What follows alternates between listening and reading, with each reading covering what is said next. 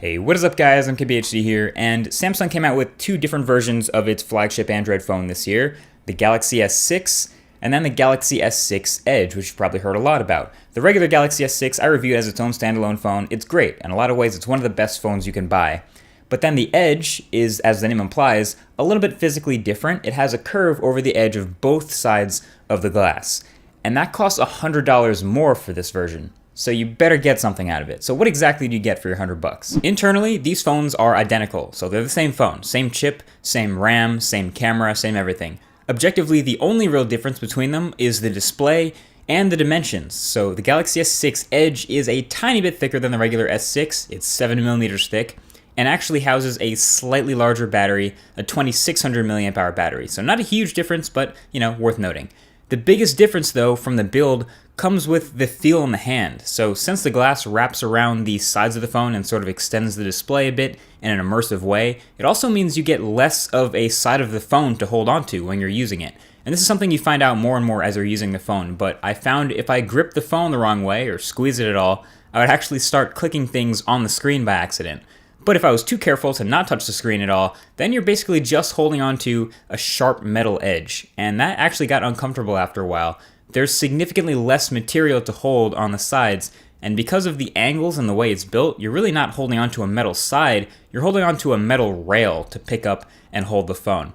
It does make the phone look and feel super thin, and it is eye-catching, believe me, but this turned into a case of feeling like a little bit too thin.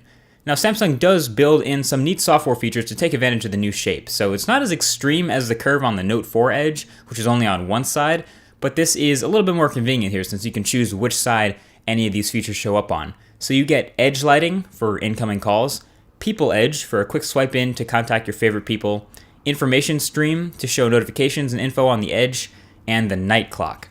I found the Night Clock and the Information Stream to actually make the most sense since they take advantage of the OLED display and only light the Edge pixels when you have them in use so they don't waste any battery. But they're actually the features that I use the least because I just never felt compelled to use them even though I feel like they'd be very easy to use.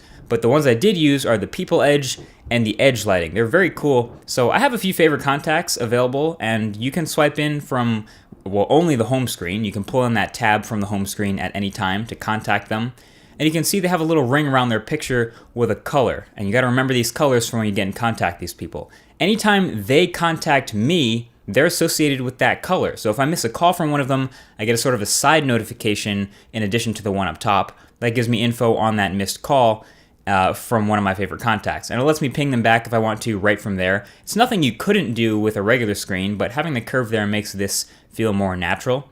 And any incoming call from a favorite contact, while your phone is face down on the table, will light up the edges with that phone's that contact's color. So you know who it is before you pick it up. The funny thing is, I didn't want to put this all-glass phone face down on a table that often, but it was a nice thing to see it work.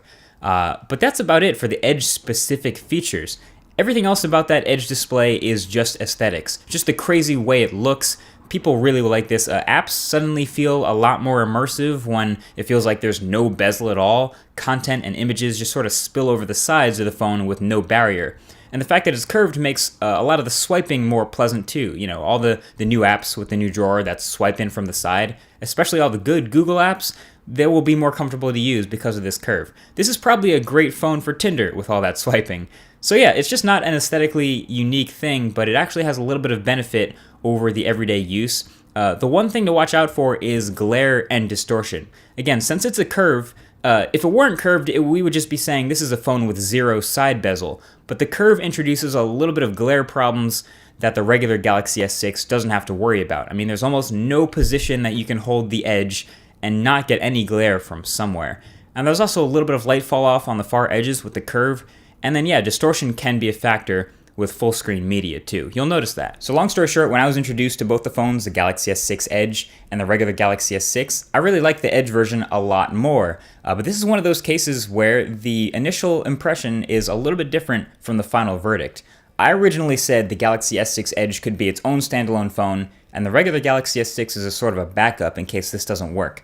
But now, because it's $100 extra, it's sort of a different case, and as cool as it is, the Edge screen probably isn't worth the extra $100 to most people. It does look really cool on a table and in the hand, and it does seem a lot thinner and a lot different, and it does differentiate itself from a normal phone, but when you consider the price difference, it's a little harder to justify. Maybe we'll see Edge versions of Samsung phones that aren't a full $100 more than their regular counterparts in the future, but until then, I'd say hold off, even though it looks pretty awesome. Thanks for watching, and I'll talk to you guys in the next one. Peace.